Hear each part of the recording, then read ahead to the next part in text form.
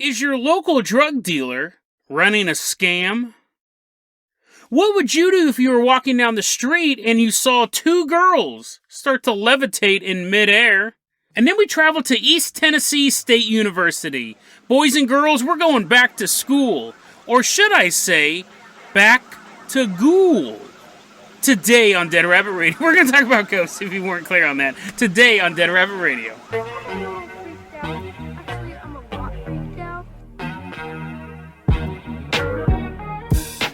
Hey everyone, welcome back to another episode of Dead Rabbit Radio. I'm your host, Jason Carpenter. I'm having a great day. Hope you guys are having a great day too. Hope you guys are having tons of fun doing whatever you're doing. One person who I know always has lots of fun is our newest Patreon supporter coming into Dead Rabbit Command right now. Give a big round of applause to Cartoon. Everyone give a round of applause. He's walking in.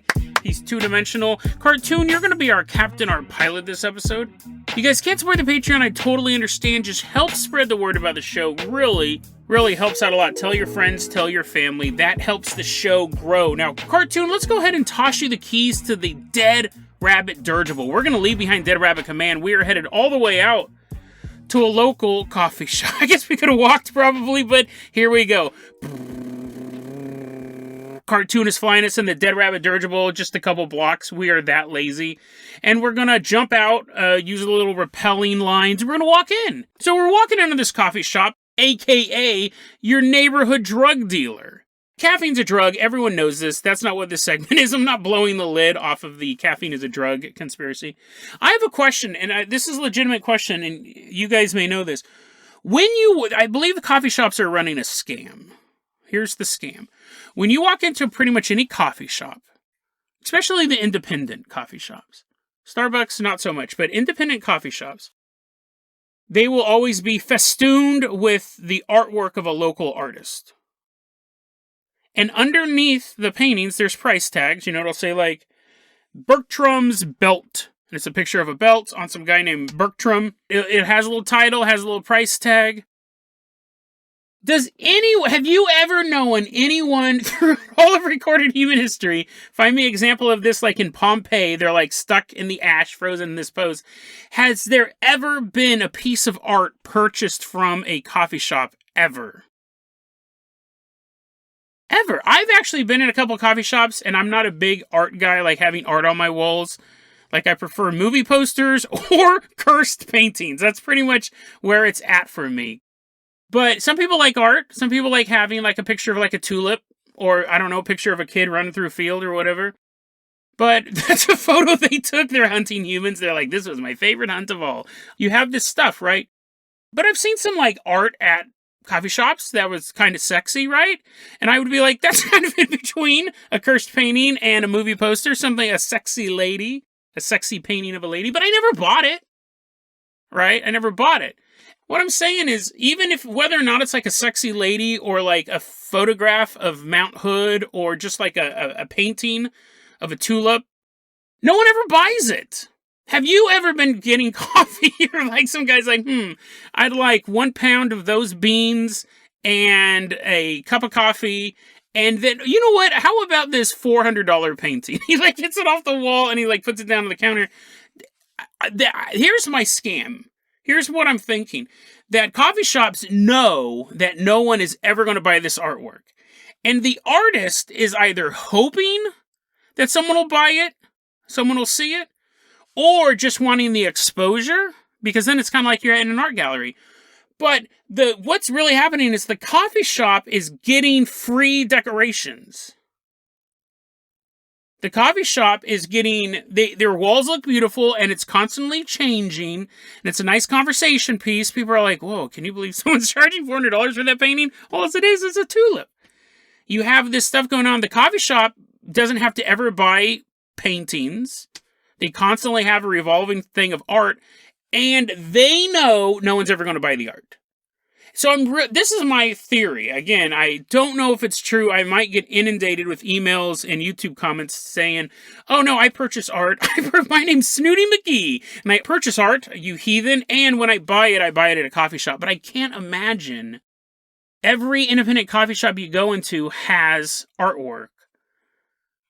And I can't imagine people who are drinking coffee or just walking in to buy a bagel or whatever are also going to drop $1,000 on a painting. But then again, where else are you going to put it? But I don't know. So I would like to know from you guys, have you ever bought coffee shop art?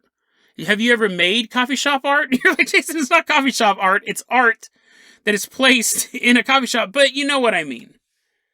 So very, very curious. I think it might be a scam. I think the coffee shops know. And I'm glad that the coffee shop I do go to, I know they listen to this podcast, but I think the coffee, I'm never going to be allowed back in there. They're going to ruin my punch card. I think the coffee shops know they're not going to sell art. They know it's just free decorations for them. I don't know though. Maybe it's a booming industry. I've never been to someone's house and I go, where'd you buy this painting? And they go, oh, I bought this at Doppio coffee shop. But then again, when I go to people's houses, I never ask where they get their art, now that I think about it. Cartoon, I'm going to go ahead and toss you the keys to the Jason Jalopy. We are leaving behind my former friend's house. He says not all artwork has to turn you on, Jason. We are leaving behind my former friend's house. We are headed all the way out to Puerto Rico. We're headed to Montana Santa. That's in Puerto Rico. It's September 22nd. 1982. It's a nice, crisp night. This particular night, two men are walking down the road. Now, they don't know each other. They're just passing through town together, but they would soon become interweaved in an inexplicable event. One of them was a retired police officer. We don't have his name. We'll call him Charles. And he's walking down the street, and he's like, just turned in my badge and my gun today. I just retired today. What mysteries will life hold for me? He's walking down the street. He pauses, and he sees a bizarre event going on. Also walking down the same street at the same time is Fabio Felix. Now, hold your applause. I know. You're excited that Fabio Felix has finally made his debut on Dead Rabbit Radio. When I read this story, they kept saying the name Fabio Felix as if he was somebody important outside of this story. The story lets us know that two people, including a retired police officer and Fabio Felix, were there. I'm like, who in the world is Fabio Felix? Well, pardon my ignorance. Fabio Felix is apparently a rock or pop, or if I didn't actually look into the genre of music, he's a big musical guy in Puerto Rico. He's recorded 67 albums. That's insane. I mean, I don't know how many of them are good or how long they are. They might only be like 3 seconds long. It might be like 1980s punk rock where the songs are super short. But retired police officer walking down the street and Fabio Felix as well. Now, you may not know who Fabio Felix is. I don't know who he is, but I'm going to imagine for the rest of the story someone of his caliber musically. So maybe a Johnny Cash or maybe Travis Scott. Who knows?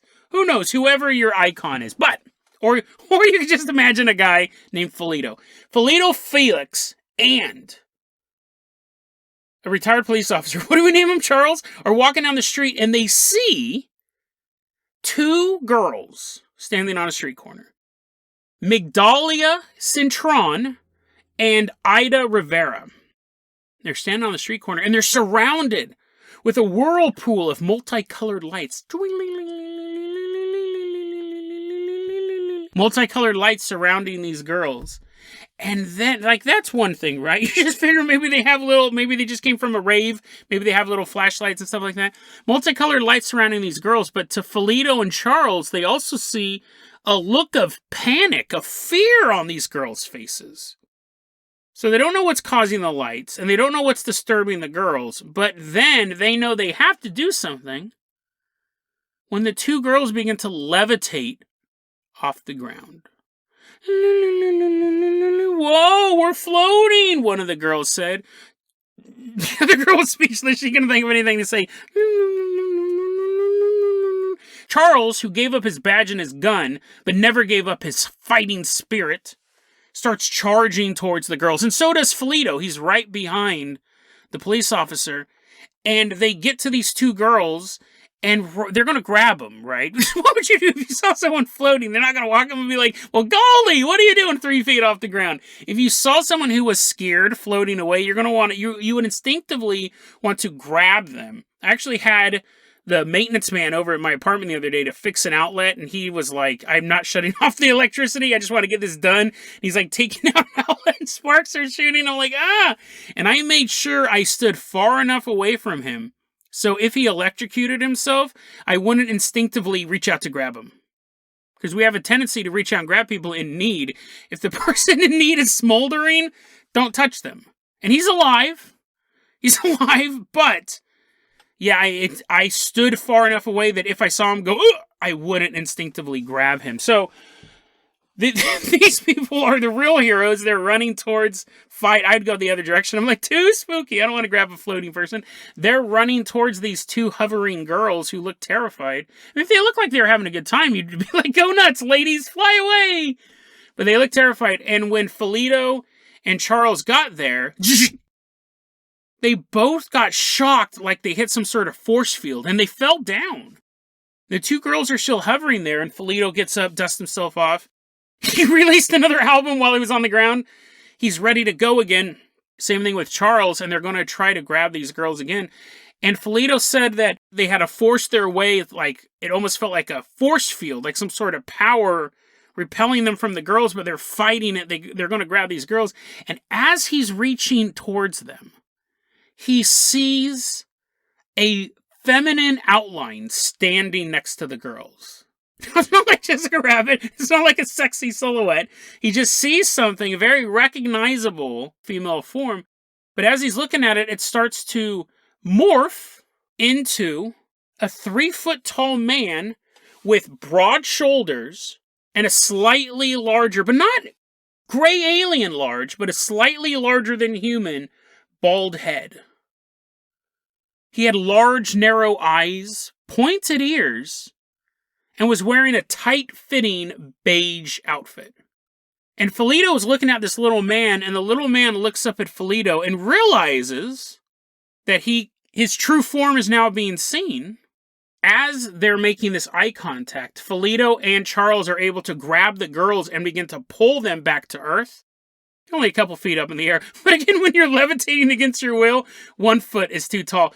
As they're grabbing the girls, as he's making eye contact with this being, at once, the humanoid disappears. The 2 girls are released from this force that was causing them to float in the first place. And Charles and Fabio were able to pull the girls down to the ground. It just kind of ended all at the same time. The girls are obviously freaking out, but they need to figure out what happened. Like, Fabio and the police officer are like, okay, start the story from the beginning, right? Because all we got was you guys hovering in midair with the multicolored lights. These 2 girls said they were walking down the street, and in front of them appeared the Blessed Virgin Mary. And they mentioned that they had actually seen the Virgin Mary previous to this event. But this time when they were walking down the street, and she appeared in front of them, she tells them, you need to go somewhere with me. We need to leave this place. Mary says to these 2 girls, we need to go. I'm going to take you someplace else. I need you to come with me.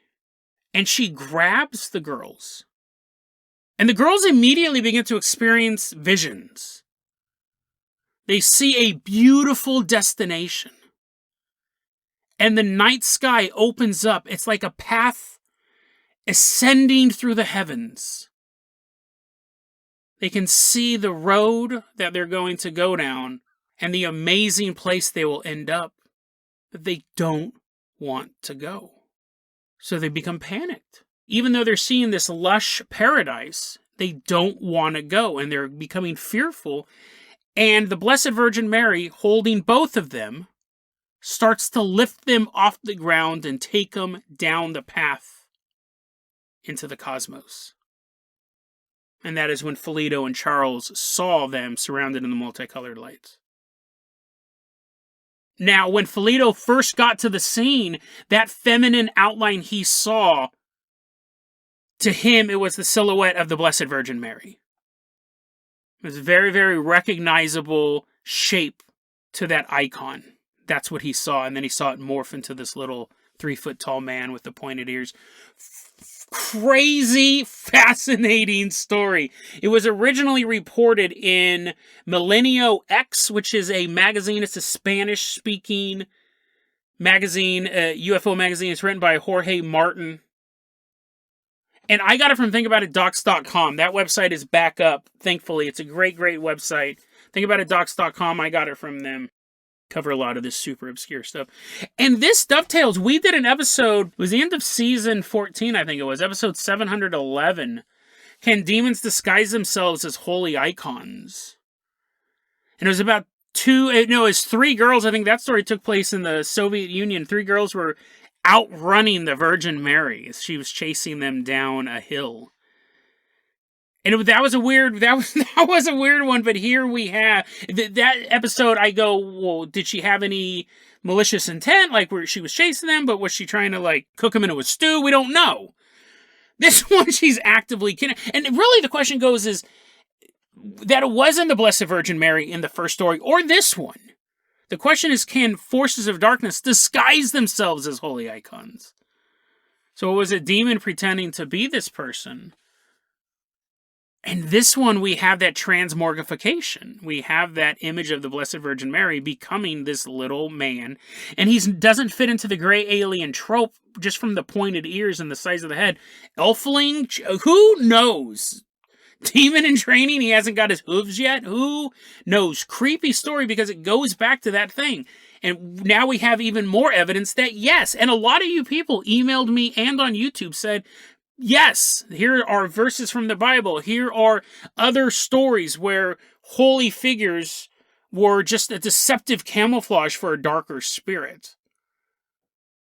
And then we have this one where we're actually looking at this, again, alien, fae, demon, who knows? But this is in broad nightlight. I can't say broad daylight, but it was on a busy street corner. People saw this. Felito Felix, guys, Felito Felix saw this. Fascinating story, and it's creepy because it means when you're in that moment of despair, when you're in that moment of need, and you see that personification of your God or the personification of an important figure in your religion, and they're giving you guidance, you have to ask yourself, who is talking? Satan hears your prayers too. Creepy story, knows what your wants are, and it can actually manipulate you. Yeah, love it. Spooky. I doubt these girls went to church for a while. But again, it's not the real religious figure. It's not the Blessed Virgin Mary. It's not these other religious figures. It's something mimicking them. Very, very terrifying. Cartoon. I'm going to go ahead and toss you the keys to the world-famous Carpenter copter. We are leaving behind Puerto Rico. We got 67 albums of pure Felito Felix to listen to all the way out to Johnson City, Tennessee. And to start this off, I want to give a shout out like I always do. It's probably my favorite book. I use it for research. I read it for fun. I've read it multiple times. Haunted Places, The National Directory, written by Dennis William Houck. That is not an ad read. I get no money. I'm not putting no affiliate links in here. Please pick up a copy of this book. You will not be disappointed. It is such a fun read. So many ghost stories. And they also do Bigfoot and UFOs, and it's a great book. I love it. And I myself have more than one copy just in case it goes out of print. It's my favorite book. And that's where I found out about this story, and I did a little more digging, and it's just, this one's so wacky. Cartoon, land that Carpenter copter here at East Tennessee State University. And we all jump out, we got our caps and our gowns on. We graduated, bro, but now we're gonna take a tour of the campus. We probably should have done this when we were freshmen, but man, that's for those lamos. So we're walking around, throwing frisbees and drinking coffee. But we're doing the college life thing, living in the dorm. East Tennessee State University. This is in Johnson City, Tennessee. Now, like all great schools, there's a bunch of ghosts. There's a bunch of ghosts running around, right? No one cares about the graduation rate or like how many people matriculate from this to being a doctor or something like that. How many ghosts are there in your school? That should really be the determining factor on where you attend. For a college built in 1911, it doesn't actually have a ton of ghosts. And the ghosts that it has seem to be pretty generic, but let's take a walking tour of this haunted campus. The first ghost we're going to meet is the founding president of the school. This is the guy who got the ball rolling on this place. And he just, like, doesn't like you to waste electricity, right? So he'll be walking down the hallways. If you leave a light on, he shuts it off. If you leave your television going on late at night, he shuts it off. Locks doors and things like that. Pretty benign stuff. You're like, Jason, actually, that's super terrifying, right? And you would think so, but it's kind of lame, right?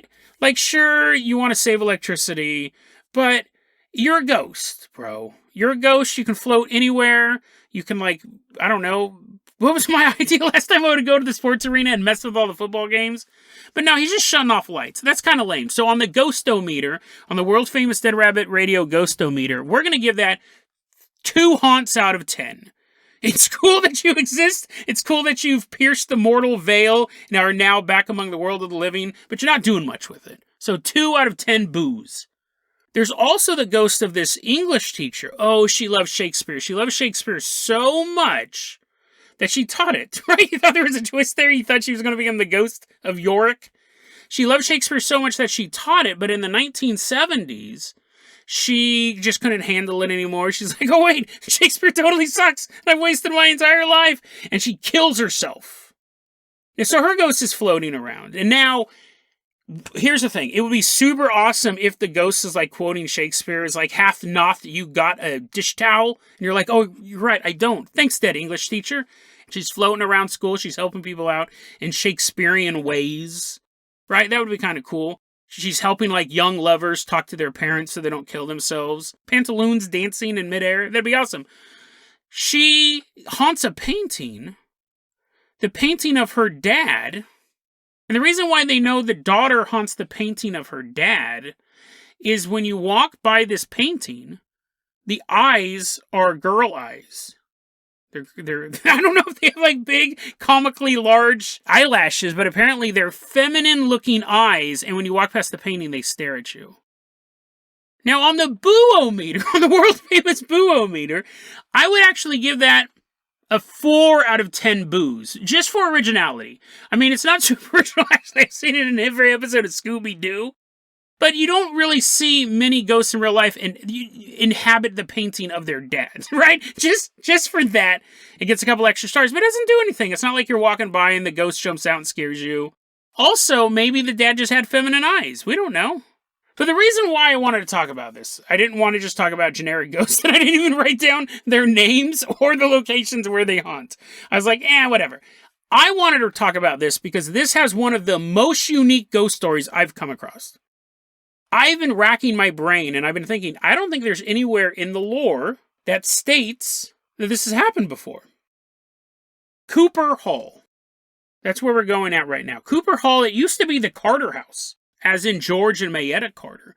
Huge economic mastermind in the area. When you type in George L. Carter, you're going to get a ton of articles, both of the time and recent, talking about all of his contributions to this region of Tennessee. In fact, the land that the university is built on, he donated. Could you imagine being so rich you can go, here's land to build a school? Like having that much resources. But he had that. And his house was still part, you have the college campus, and then he's living next door. And you know that must have been some awesome, like, keggers, ragers back then. We're talking like 1910, 1911. But still, they were definitely drinking back then, and you get all those flapper chicks. That would be awesome now that I think about it. My life goal is to become famous, own a bunch of land, and then donate the land to a college, and then just have a bunch of infinite girlfriends. But until I can do that, George Carter was living that dream in 1911, and it's him and his wife and their child. He donates all this land. They're still living on the college campus, and then eventually, when he passes away, his house became Cooper Hall, which became a women's dormitory. And in Cooper's Hall, there was a giant stained glass window depicting George's daughter, Alice. And it's this young woman with long flowing hair and this beautiful stained glass window. The problem was, people felt that this stained glass window was haunted. Because what they knew, this story was passed down through generations of students in this girls' dorm in East Tennessee State University. George and Mayetta's daughter, Alice, was haunting Cooper Hall. She had fallen in love with a young man, and George said, "You will never marry that man. You cannot be with him." So she takes a lethal amount of rat poison and dies. And George is overcome with grief. If his daughter had just not tried to defy the stars, she'd still be here with him. And in honor of her, he had this giant stained glass image of her made. And it was their house. And in 1935, when he passed away and his wife passed away, the house became property of the college, became the girls' dorm, and this stained glass window remained. By 1936, it was a woman's dormitory, and you'd be walking through the halls late at night, and you'd hear a woman singing down these empty, dark hallways. That was if you were lucky. That was if you lucked out, because sometimes you'd be dead asleep, and you would hear an unearthly scream pierce the night. A woman in pain and terror, yelling at the top of her lungs. But when you would investigate it, no cause could be found. You'd be walking through the dormitory and you could feel eyes on you. Someone was watching you, an invisible stalker. Objects would go missing as well. All of these things added up to the place must be haunted. And the students and staff realized that the phenomenon seemed to be emanating from the stained glass. Like, the closer you were to it, the more likely you would hear the screaming, the more likely you would start losing items in your room. Eventually, they stopped having it be a dormitory. Oh, we have an other purpose built for this, but staff always thought it's just, no one wants to be there. So they switch it over to offices. And they also have a campus radio station built there as well. That's where that's housed. And they start reporting this bizarre phenomenon as well. Alice is still mucking about the house. The school ends up abandoning the building, and for a time period, no one was using it. And again, the word around campus was, it's too haunted to use. You couldn't use it as a dormitory, you couldn't use it as offices, and no one wants to be at the campus radio station at 3 a.m. For a while, it sat completely abandoned. And then the campus decides we could renovate it. But they made the decision to tear down the entire building. It's cost too much to renovate. We're talking about a house that was built and lived in by the guy who basically made the college possible. You think this would be a landmark. But they say, no, it'll cost too much to renovate, and they demolished the house. But before they demolished the house, somebody went in and removed the stained glass and took it. So the building is razed, and it no longer sits there today. And that's just typical ghost lore. That alone is just on the same level. That story alone, I'd give it, just because of the screaming, and it takes place in a girl's dormitory, I'd probably give it 7 boos out of 10. I like the location, and this ghost is pretty active, and it's pretty spooky.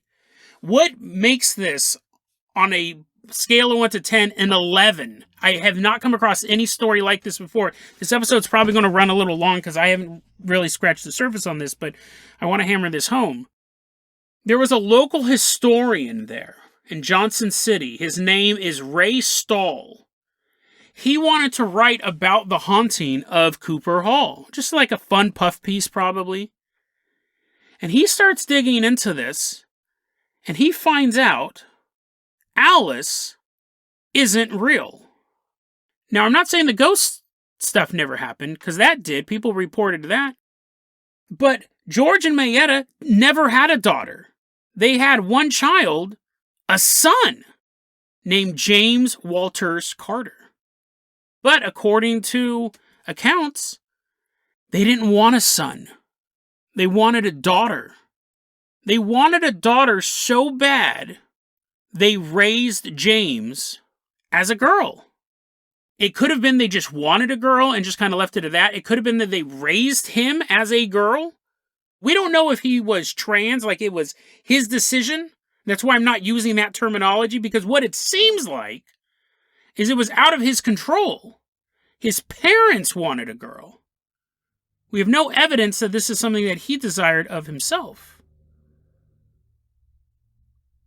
But when he dies, his ghost comes back as this is how it is described, a female version of James Walter Carter. Apparently, people who have encountered this spirit has described her as looking like, compared to photos, I guess, because the account that I read said it was described as a female version of James Walters Carter. So here, this boggles my mind, and I've really been spending a couple days kind of having this ping pong in the back of my head. I don't think, and again, we don't have any way to tell, but from the narratives that come across, that it wasn't his decision to be raised as a girl or to be immortalized as a woman in this stained glass window, because that apparently is supposed to be James. But they made him so feminized in the stained glass that people going forward thought that James didn't know James existed. They thought it was a girl named Alice who was the daughter. This is really what I'm getting at here. Who creates the ghosts? Who creates the ghosts? When I die, my legacy will be what people remember of me. And what people remember about you is usually not the total truth. It very rarely is. You're not able to make amends, so they could always think you were just a total jerk because of the last 2 weeks of your life. Or you could be remembered as a great guy when you actually did all sorts of awful things in private.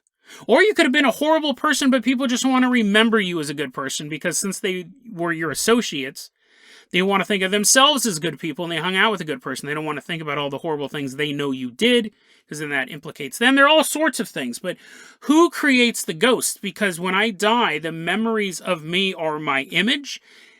That will be what people remember me as. James Carter dies before his parents, but they never acknowledged him as a boy. They always wanted a girl. And they immortalize him as a girl in the stained glass window. And their psychic energy created a female ghost, a female image of their son, James. I can't think of any other ghost story I've ever encountered over decades of researching where someone returns as a different sex than they died. I can't think of any of them. But here we have one. The one that's fairly well documented or known in the area. You have someone who is returning. They were male in life, and now they're appearing as female in death. There's nothing else like that in the literature that I've ever come across. And I think it could easily be argued if you had a transgendered man, if when he dies, he comes back as a man, he was biologically born a woman and he comes back as a man, as a ghost. I think you could easily discuss that and go, well, that would make sense. Because that was the spiritual essence they felt was a male essence. Fine, whatever. But this isn't that. As far as we can tell, he was forced. Like his parents wanted him to be a girl so badly. That's what they remembered him as in death. And they created her ghost. So it really, really boggles your mind. Like, if that is really James' spirit and he was tormented in life by parents forcing him to be something that he wasn't supposed to be, that he didn't want to be, and then dying, possibly from killing himself, right? That origin story may be the same. From dying, and then he's brought back into an eternity of being what he didn't want to be. Even in death, his parents still control his destiny. That alone is insane. But then you just open it up to all ghosts. Like, why is it if I went to Britain and I'm walking through a haunted castle, I would expect to see Marie Antoinette walking around holding her head, right? Her head got chopped off or something like that, maybe? Or hung. Is that really the ghost of that person? Is that really them? Or is that something that we've been told, so that's what we see? I'm not saying that the ghost image itself is fake, but is it taking the form of what we expect? Like, if I saw Marie Antoinette's ghost, I would imagine her to have big boobs and have like one of those cut off little tops, like with the square in the top so you could see the cleavage. Like a bar winch from a D&D manual. That's what I would expect. Maybe you would expect her to be more modest. So you would see her walking around in like a sack of potatoes. But if someone told you the day she died she was dressed super sexy, because she knew someday she'd be a ghost, then we would both see the sexy ghost. You get what I'm getting at? It's the ghosts aren't, I'm saying the ghosts are real, but the stories that we tell form the image. And you can actually make the ghost conform to the imaginary versus the reality. With Marie Antoinette's case, we're talking about how much cleavage we see. With James's case, he was controlled in life, and now his soul is controlled in death. It's one of those stories I came across, and I was like, it's going to take me a while to process this, honestly. Like, what does this mean for the life after death experience? What does this mean for... This really cracks it open. Who creates the ghosts? If your soul is now bound to this earth for whatever reason, you're not completely finished with your work, or a cursed death or something like that. If your soul is bound to earth, who determines what you do? I always assumed, I know the first thing I want to do is walk on the ocean floor. I want to do that. And then after that, I'll probably just play video games. Watch people play video games, float around, Casper style, solve some mysteries maybe.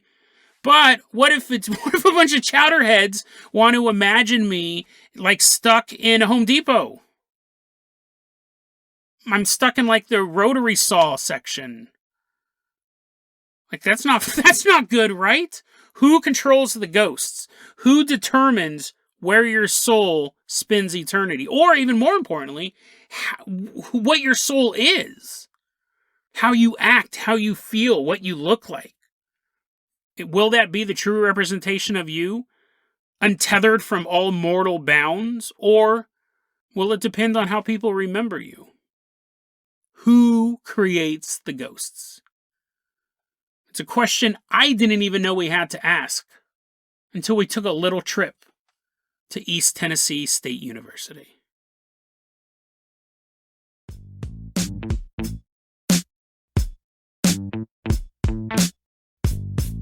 deadrabbitradio@gmail.com is going to be your email address. You can also hit us up at facebook.com/deadrabbitradio. TikTok is at Dead Rabbit Radio. Dead Rabbit Radio is the daily paranormal, conspiracy, and true crime podcast. You don't have to listen to it every day, but I'm glad you listened to it today. Have a great one, guys.